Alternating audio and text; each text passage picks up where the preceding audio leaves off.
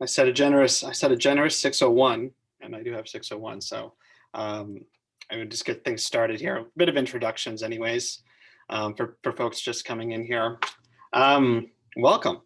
Um, I'm glad you took your evening to do this. Now we have many of our fellows here, so happy to see you again this week. My name is David. I coordinate programs here at the Center for Religion and Global Citizenry, UW-Madison. Um, Before I share a little bit more about the center, I do want to say that we will be recording this event tonight. Just the large group time. There will be time where you're in breakout rooms. Um, that portion will not be recorded, but we'll be recording this and putting it on our website. So if it's something you're really excited about this event and you want to share it with other people, there will be an opportunity to do that. So a little bit about our center for those who haven't been really active with us before. So we're the Center for Religion and Global Citizenry, and that's really a mouthful. So we usually just say the CRGC. Our mission is to increase UW-Madison's their students' religious literacy and facility for communicating across boundaries of faith so that students can function effectively as citizens in a religiously diverse world. Tonight's public event is part of our Interfaith Fellows program. Like I said, many of our fellows are here tonight, but this is public, so I'm really happy that others have joined us here. The program in general, the fellowship consists of weekly dialogues and events that help students become more knowledgeable about different religious traditions and more skilled at communicating with people from other religious backgrounds. We aspire to educate and train our fellows with the knowledge and skills to surmount barriers of religious difference and to become interfaith leaders in whatever career trajectories the future might hold for them. These two events on race and interfaith, both this Tuesday or tonight, right now, and a week from now, they're actually led by former fellows who you'll meet in just a bit. So like I said, thank you everybody for coming. If you want to learn more about us, you can check us out at religion.wisc.edu, which I'll be dropping in the chat in just a second. At this point, I'll give it over to Ulrich to introduce our leaders and presenters for tonight. Yeah, hello, welcome everyone tonight. Our discussion will be led by two former fellows who will give a presentation on race and religion.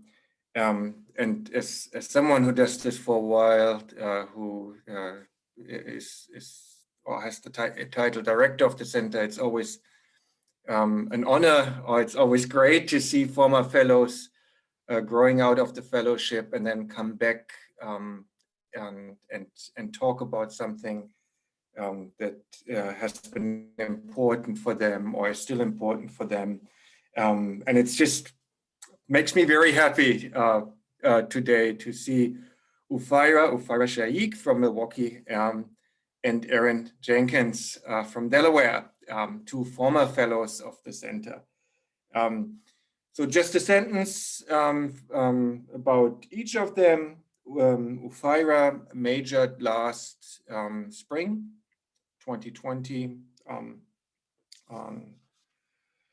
She majored in biology, grew up, I already said that, in Milwaukee, and she grew up in a Muslim household. And she once wrote that best way to combat misrepresentation of my faith is an open discussion with people of other beliefs.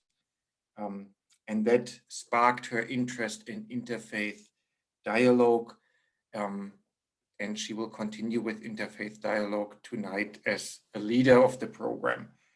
And Erin Jenkins, she is studying biology and environmental studies. She's a junior.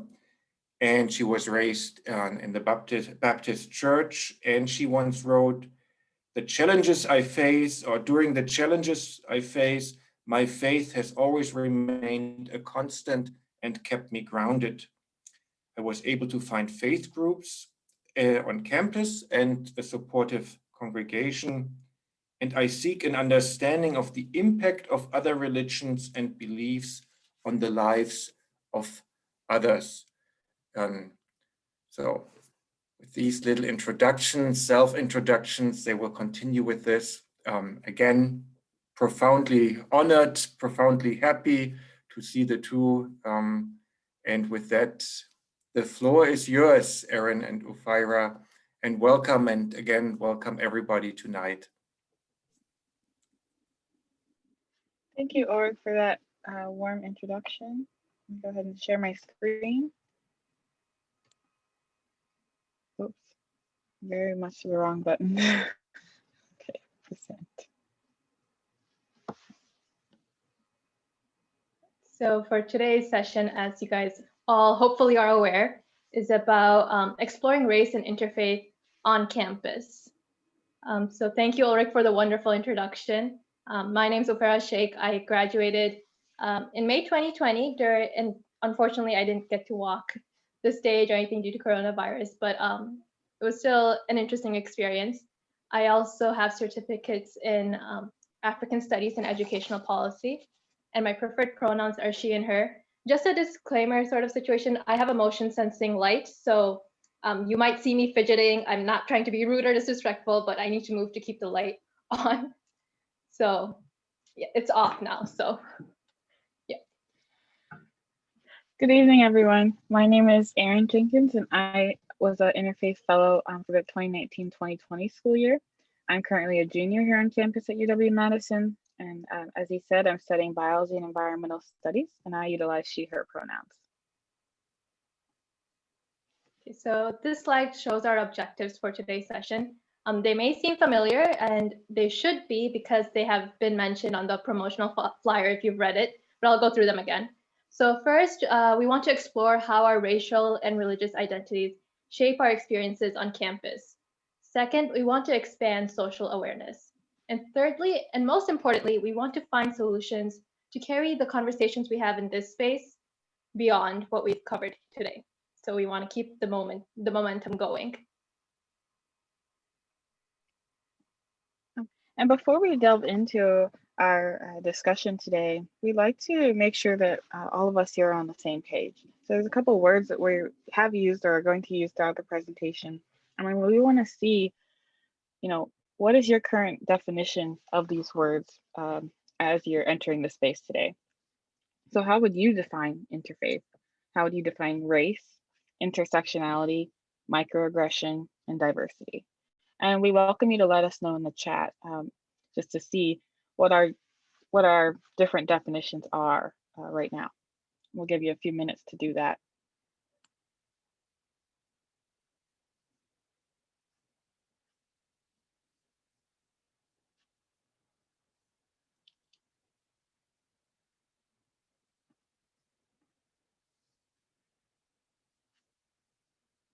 All right, so Maya says interfaith is the productive communication between people of different faith and religious backgrounds.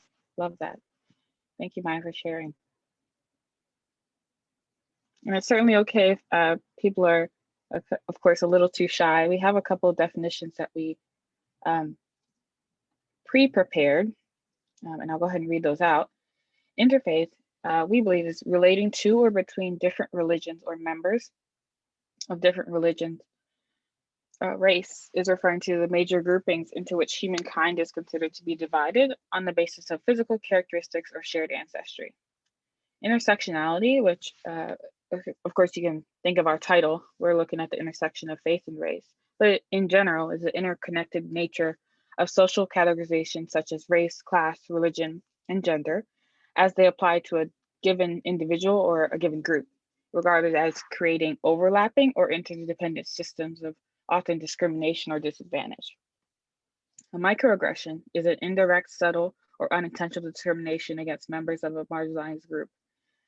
And finally, diversity is the practice or quality of including or involving people from a range of different social and ethnic backgrounds and of different genders, sexual orientations, and among other things. And I saw some things come in the chat while I was reading.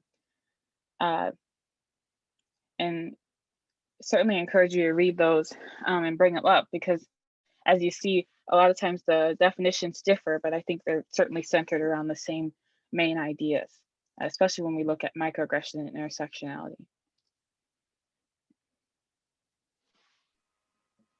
So these are snapshots of campus life for various racial and religious groups. So this may not necessarily reflect your personal experience, but this is the conclusions derived from various statistics and surveys done over the years.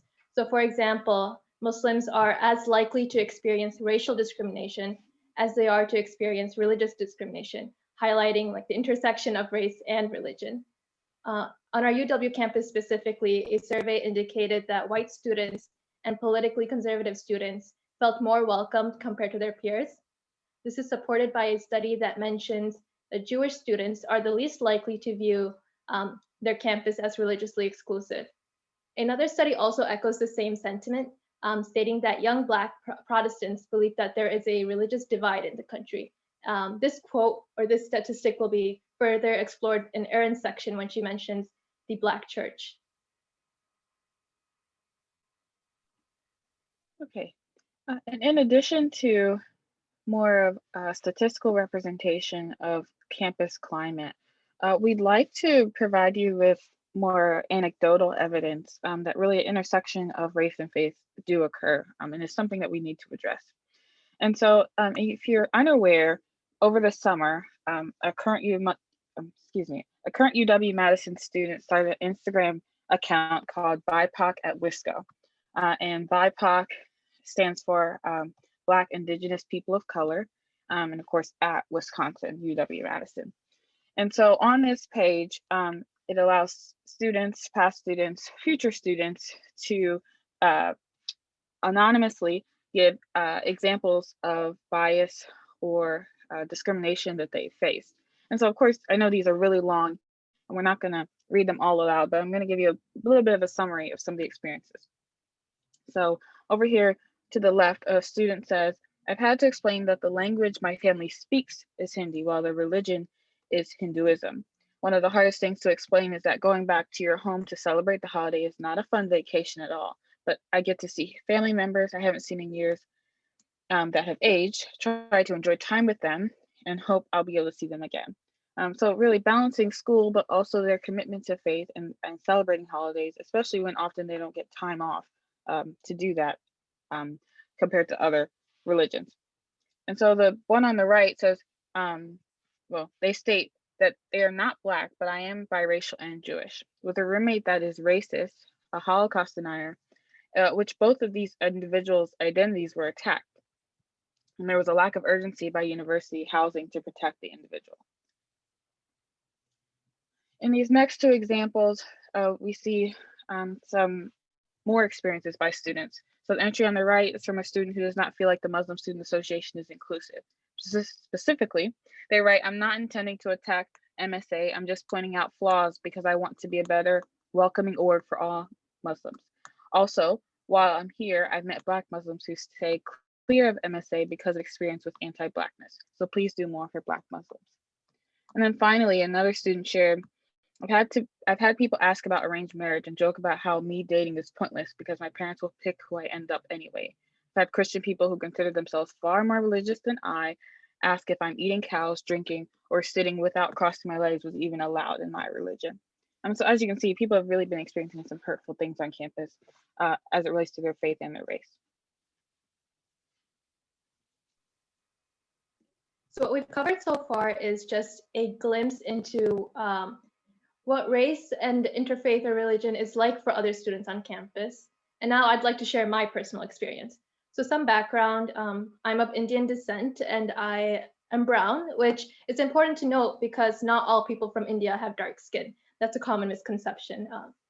There's like so many different shades of color in the country itself. I'm also a Muslim, if you can't tell by the headscarf. I was born and raised in the US, but for some reason, a lot of people treat me as a foreigner or an international student. And it might be because of my name, which I've never met another person who shares the same name. A Starbucks barista actually told me that it's super exotic as he completely butchered the spelling. But there's something deeper at play here that has been around for several decades that I want all of us to kind of think about. There's a reason why my ethnicity and my religion paints me as un-American in the minds of many. So I'm going to share a few examples of microaggression or aggression that I have experienced on campus. Many times the comments were innocent, but other times they were quite calculating. So this next slide.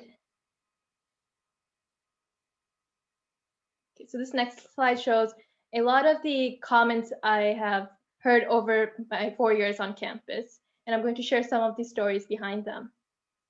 One of the most common statements I've heard is about the way I speak. So an assumption many make when they see the hijab or the headscarf is that I speak fluent Arabic or very broken English, both of which are false. So during these situations, I kind of play up my Wisconsonness, throw in the word bubbler somehow. And people are shocked, like, wow, this girl speaks really good English. And then another common topic that comes up is my residential status, right? So when I tell people I'm from Milwaukee, they're like, no, where are you really from? There's a heavy emphasis on the word really.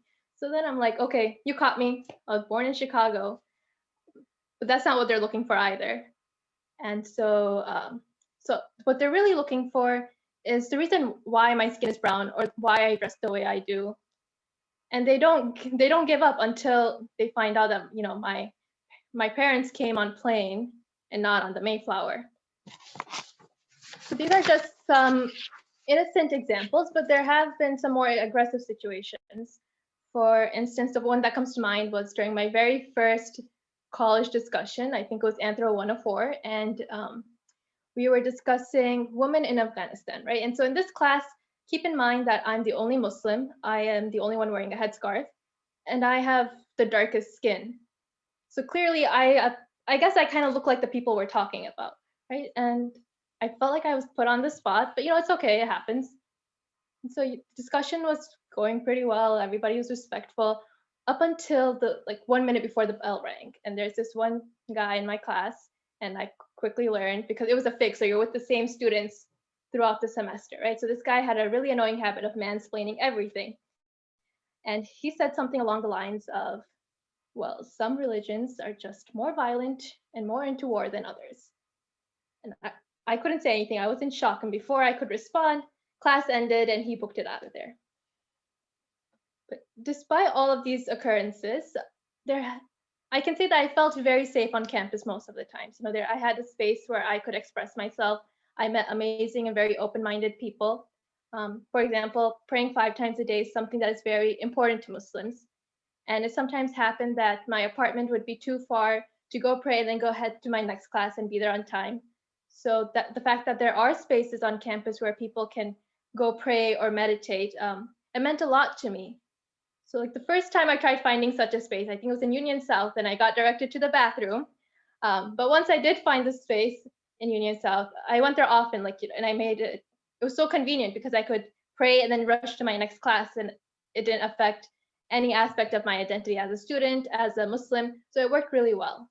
So in conclusion, while I did have many experiences where my race and my religion were used to other me, I've also had just as many positive experiences where my race and religion helped me grow as a person.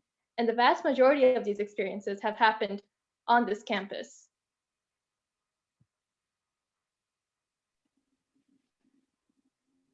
Thank you so much for sharing. And certainly, if you all have any questions or comments, please throw them in the chat. The next portion, I'm going to talk about my personal experience. And so again, my identities that I'm referring to are as a Black female on campus, but also as someone who is Baptist. And so I want to talk a little bit about my formative years. And so I say that because at this point, the arrival is here's a student on UW-Madison's campus. But growing up, there were certainly experiences that had an impact on me. And so on Sundays, we attended a largely African-American, again, Baptist church in the capital, Delaware. And so I was christened there, attended children's church there, and Vacation Bible School, among other things. But then through the week in elementary school and pre-K, I attended a white private Christian school.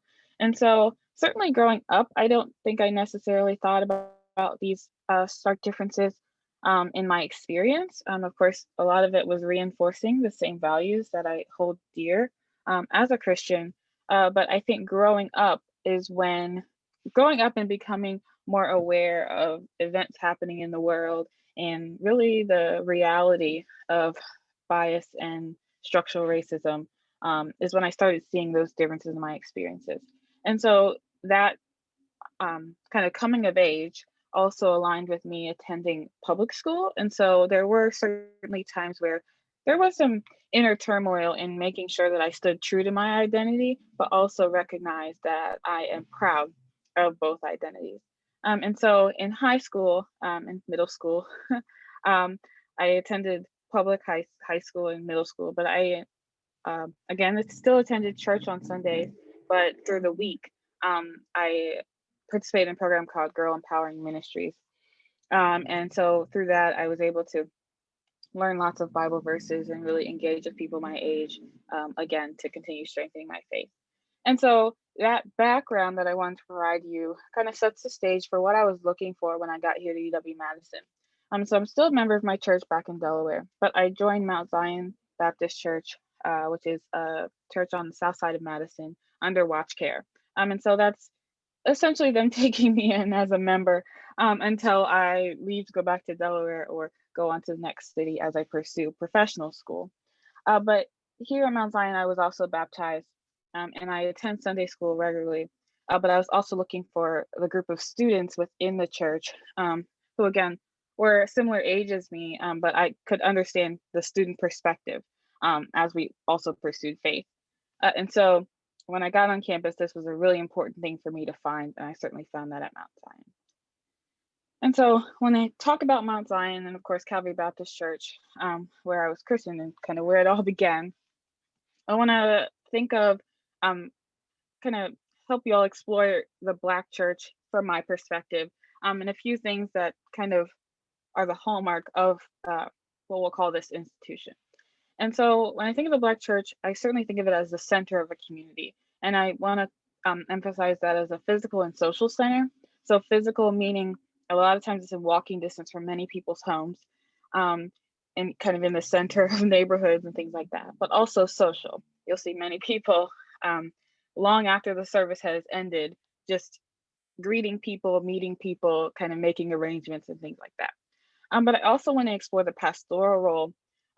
So the leader of the congregation, that's definitely what a pastor is doing, helping lead people, teach people, and things like that. But I also kind of want to coin a term, executive community representative. And I say that because a lot of times the pastoral staff really is called on to represent a lot of times the entire Black community, sitting on so many panels, calls by governors, city officials, and things like that.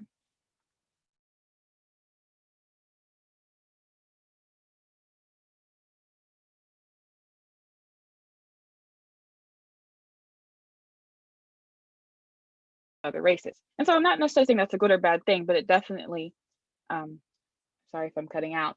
Yeah, we missed just the last 20 seconds or so, Erin. Okay, thank you. And so I'm not saying that necessarily being a kind of the executive committee representative is a good or bad thing, but I think it certainly puts more responsibility on that role to certainly kind of carry the needs of a community when they're presenting them. And so I also bring up the aspect of campaigning. So I want to ask the question, when, if at all, are candidates/elected officials seen attending services? So again, we understand the idea of the separation of church and state and things like that. However, there's a certain time where a lot of times you will see candidates and elected officials in the congregation, certainly, looking to stand and give a few words as we're approaching election season, and just thinking about kind of what vote that they are trying to get, when they're only showing up during that one time.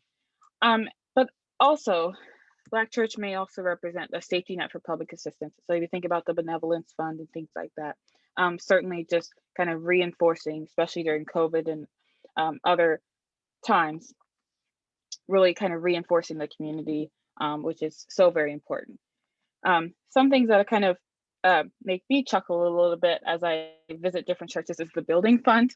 And so that is just a lot of times the church isn't owned. So the land might be owned or the building might be owned, but it might be very old and need to be updated and things like that. So these are just some things that might kind of be something that the church itself has to think about and really raise money for. But also something that's been very important to me is the investment in youth. So not only scholarship and funds like that, but just being having to stand up early on in the church and build lots of confidence, be a junior usher and things like that. Really, because the church mothers and fathers and really your parents and everyone just want you to be the best you can be even as you kind of leave the four walls for the week and for the rest of your life. And so I invite you, PBS just came out with a special entitled The Black Church, just really exploring some of these things a little bit more. So I certainly invite you to check that out to get other people's perspective. And so the final thing I want to talk about is my campus experience. So I wanted to build from really the formative years and how that included the Black church, but also my campus experience as I arrived in Madison. So I'm a part of 3 organizations here in Madison that relate to faith. And so 2 of those is Impact and then Mount Zion's campus ministry, but then also Christian students at UW.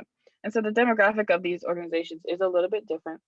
And so I just want to talk about how, neither is positive or negative, but the emphasis on certain aspects in the ministry certainly is geared and is supportive of certain students over another. And so when you think about Impact in Mount Zion's campus ministry, certainly raising a lot of money to provide scholarships to students who are involved. A lot of social justice discussions, and so really coining the term righteous revolutionaries, and looking at the parallels between kind of what Jesus did as we believe walked this earth and what we need to be doing in the face of, social justice and structural racism and things like that. But also just a large emphasis on fellowship, and often centered around food, and really trying to be off campus when possible. And the reason I emphasize the off campus thing is for a lot of students, especially Black students, campus can be a place that is a bit overwhelming, but also kind of toxic in a sense. And so when they can get us off campus, these 2 ministries are really trying to get us off into what my next bullet is more of a safe space. But the main thing is that these are funded opportunities, and both the congregations and community members are doing a lot of fundraising so that there isn't a burden in order to really pursue your faith, if that makes any sense. And so when I come to the 3rd student org on campus, Christian students at UW. And so this organization has a funded,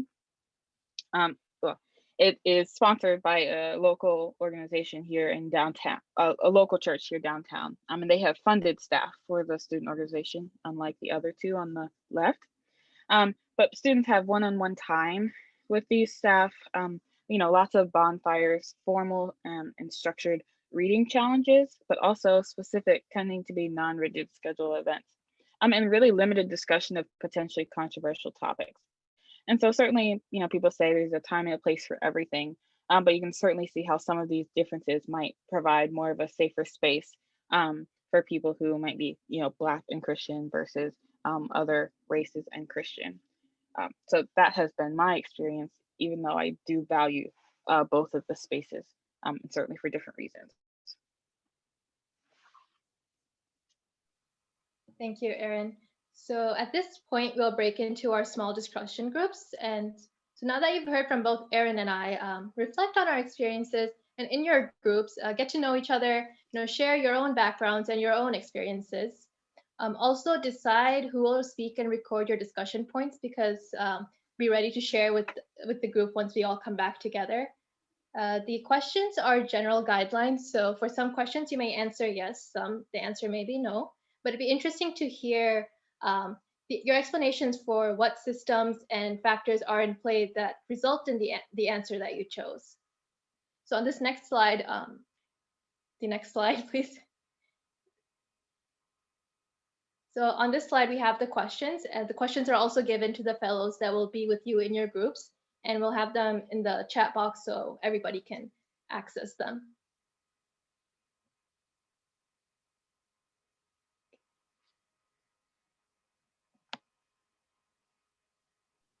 Should I open up the groups now? Yeah. Farah? Yeah. All right, so we have, I think everybody's in groups of about 5 or so. So good chance for, a good small group where you can get to know people and have a chance to talk. So I think we'll be back in about a half an hour. I will message everybody when, you just have a few minutes left together, but I think we're shooting for about 7 o'clock, give or take. So with that, I will open up all the rooms. Okay. Actually, I want to see people's faces. Okay. Cool. We'll go here for now. Okay. Can someone let me know when you think everyone is back?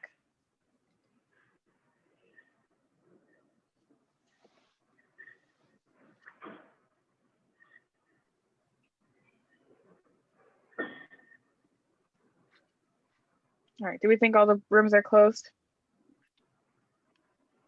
Yeah, I think so. Okay. Okay. So welcome back, everybody. We hope you had an engaging discussion in the breakout rooms. And we apologize if we cut anyone off or anyone's thoughts were interrupted. But now that we've had some opportunity to reflect on some ideas that were presented in the presentation, but also reflect on your own experiences, we want to hear about what you think you will do to address these issues, but also really just a summary of what you talked about in your breakout sessions.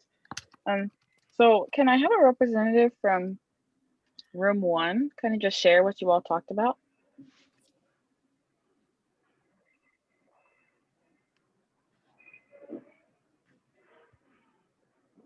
They may not know which room they were in. Okay. Well, certainly you can just have a representative from any room go ahead and share out. And feel free to unmute yourself and. I could go ahead. Oh, you go for it. Oh, okay. Thank you. Sorry. So I think the main topic in our breakout room was actually drinking culture on campus and how that can definitely be isolating. A fellow mentioned how, her faith prohibits drinking. And so the fact that a lot of people would see that as strange or other or prudish, and how that was very isolating. And actually, from the BIPOC at Wisco page, I've definitely heard that places where drinking culture is perpetuated, like frat parties, house parties, can be an extremely unwelcome space for Black students or students of color. And so the fact that drinking culture perpetuates kind of this double isolation and this double othering is something that needs to be addressed. And so we don't really know how to fix it because it's a big problem, but we were talking about finding healthy social alternatives, and not saying that no one can drink, but just managing it as kind of a really big social crisis. And do you mind sharing what were some of the faiths or faith identities represented in your group? Yeah, so we had I believe an atheist student, a Jewish student, a student who grew up Hindu, I'm Russian Orthodox, and then a Muslim student. And then I'm sorry if I forgot anyone. I think that was all. Great, thank you. So a good amount of diversity. We appreciate that. So thank you for sharing, Maya. Buddhist. Sorry, I forgot Buddhist. Okay. Okay. Who spoke up at the same time as Maya? I didn't catch that name. That was me. Yeah, I Okay. can take a stab at it. Okay, Yeah, so my group, in terms of faiths represented, we had 2 Jews, Reform and Modern Orthodox, non-denominational Christian, or 2 non-denominational Christians, and then Catholic raised, but then I know I'm forgetting one, also Christian, but I can't remember the specific denomination. I really apologize. Something that we talked about was this is the issues that are present on campus are often, representative of a far more systemic issue than just, University of Wisconsin-Madison.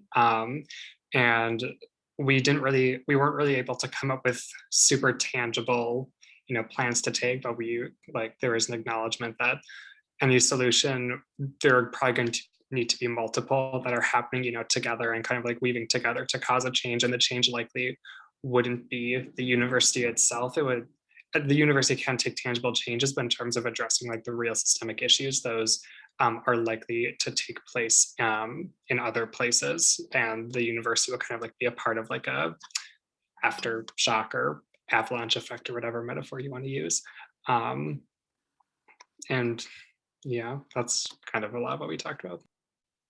Thank you for sharing. I think one of my biggest takeaways of what you shared is, of course, like you said, the university can do stuff, but it seems like, we definitely have to take charge, and they'll kind of come around later on or afterwards. So, really just emphasizing the importance of us having this discussion. Anyone else from the other rooms? I can share. I was in room 2. So we kind of talked a lot about the intersection of both like white dominance and Christian dominance in America, and how that is like really pervasive on the UW campus specifically. And we talked a lot about like microaggressions at UW and other spaces. And one of the specific ones we talked about was like individuals in our discussion group had talked about being told to like follow Jesus, quote unquote, and to like suggesting that they should change their faith and become Christian. Specifically, Jewish students said that they had experienced that a lot. And so that was kind of like, we talked about how that's problematic, how like proselytization from like the Christian community and like the white community can be harmful and like be a form of a microaggression for students who like have like other faith backgrounds or other faith identities. And then we also talked a little bit about like holidays. So how like in the US, there's like always the assumption that people are going to celebrate Christmas or believe in Santa, and how that can kind of sometimes really isolate either kids or students or like really any age group. But we specifically talked about like being in elementary school and like some of the microaggressions that people had like experienced there. And then we talked about like some of the solutions that we like posed, and we said interfaith discussions, obviously like this.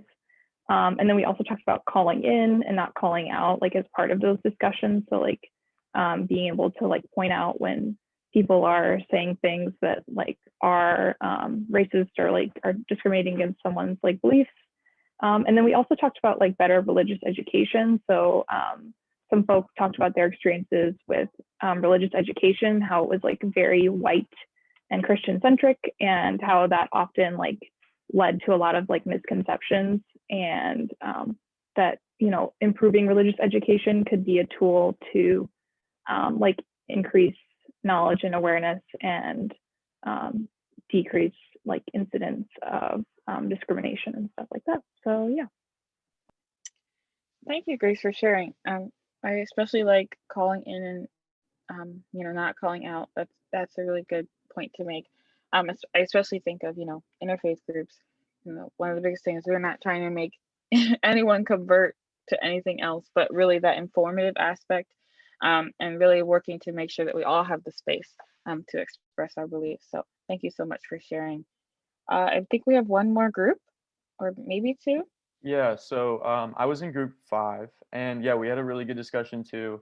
One of the things we talked about was microaggressions, because that was like part of the original like presentation, and we just talked about how we've also, or I've at least had some, and some other students in the group have had or experienced some microaggressions, like in class, going, in social settings, really wherever, and you just kind of have to, sometimes you're really not in a place where you can like confront them directly, and so it's like a weird kind of thing to navigate, and something that a lot of like students of color have to go through on this campus. And then we also talked a lot about sort of how like faith and then race like intersect together. And so like specifically with me, like I am like Catholic, but like I don't, I guess, look like the stereotypical Catholic. And there was also another student who just talked about how sort of how her appearance and her ethnicity is like conflated with Hinduism, whereas that's not the case, or it shouldn't be the case, at least, because India is a country of like immense diversity, and there are also like millions and millions of Muslims also in the country. And yeah, it's sort of just like weaved through other topics. So then from there, we ended up talking about Islam, and then how there are like 1.8 billion adherents. And so someone in India who's Muslim versus Saudi Arabia versus the US versus Indonesia, they're all going to practice it differently. And there's not like one specific way to practice a religion. And it's very informed through like local influence and like local cultural factors. And so, yeah, you can't generalize someone just from hearing the religion, because there are so many different things that affect it. And okay. And then the last thing we talked about the right now what's happening in China with the Uyghurs. I think I pronounced that right. John, let me know if I didn't. But we sort of just talked about how some people have like compared that to like the modern day Holocaust. And so we kind of talked about what our role should be then in like spreading awareness for that and advocacy. And we kind of talked about how, you know, like we look back at the Holocaust now, and I think it's really easy to say, that's wrong. If I was alive during that time, I would have done something. Why was everyone back then so complacent? But then now we have similar events that are happening in the present day, and the world is kind of doing nothing and just kind of on the sidelines. And so we just kind of talked about what our role should be now in addressing stuff like that, and like what, you know, involvement should look like from different countries. Because, you know, in a few decades, posterity will probably look back at that and say the same things now that we do to the Holocaust. I don't know if that's an oversimplification of it, but that's just kind of how it made sense to me. But yeah, it was a really good discussion. Sounds like you all had a very good discussion. I appreciate you especially talking about how, you know, you can't name, you know, one religion or faith and think that you can encompass all of the experiences. And I hope we made that clear that tonight we shared our experience at our intersection, but really that there is so many other experiences that are had by many. So thank you so much for sharing your discussion. I hope you all really can take some of this away. Did we have any more groups?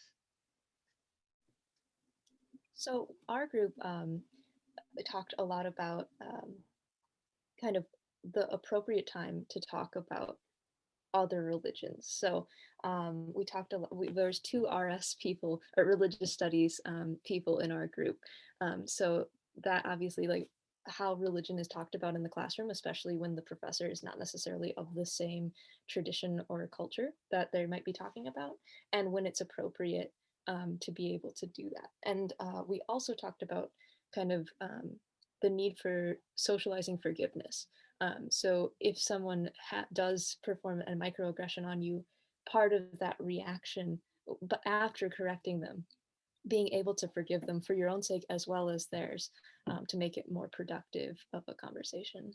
I think that summed it up. I hope everyone. Okay.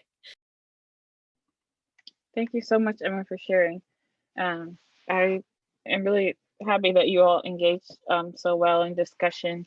I know some of you know each other previously, but really kind of took the questions that we posed and ran with it. So I really appreciate that. And I hope you think about either just in your head, or you could even put some stuff in the chat about maybe how you'll take this and move forward as we really try and make campus a better place for these when these intersections occur. And so on that note, I will turn it back over to you, Farah.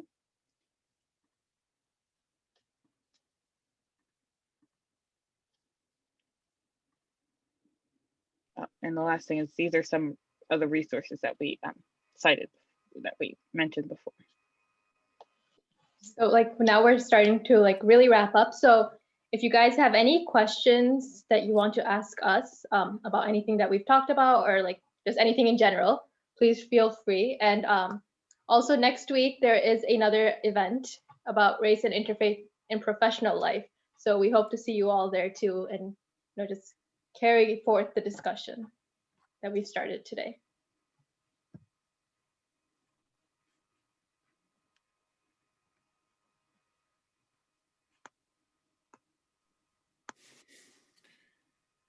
With that,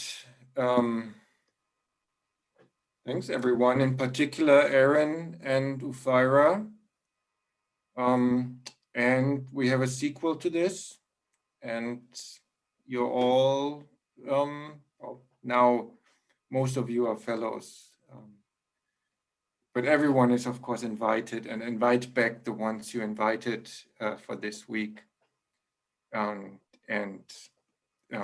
We have another session on race and religion in a week. So thank you all. Again, in particular, Aaron and Ufira. And that's it for today. Thank you. Thank you. Much. Thanks. Had a lot of fun. Thank you. Thank you. See everybody.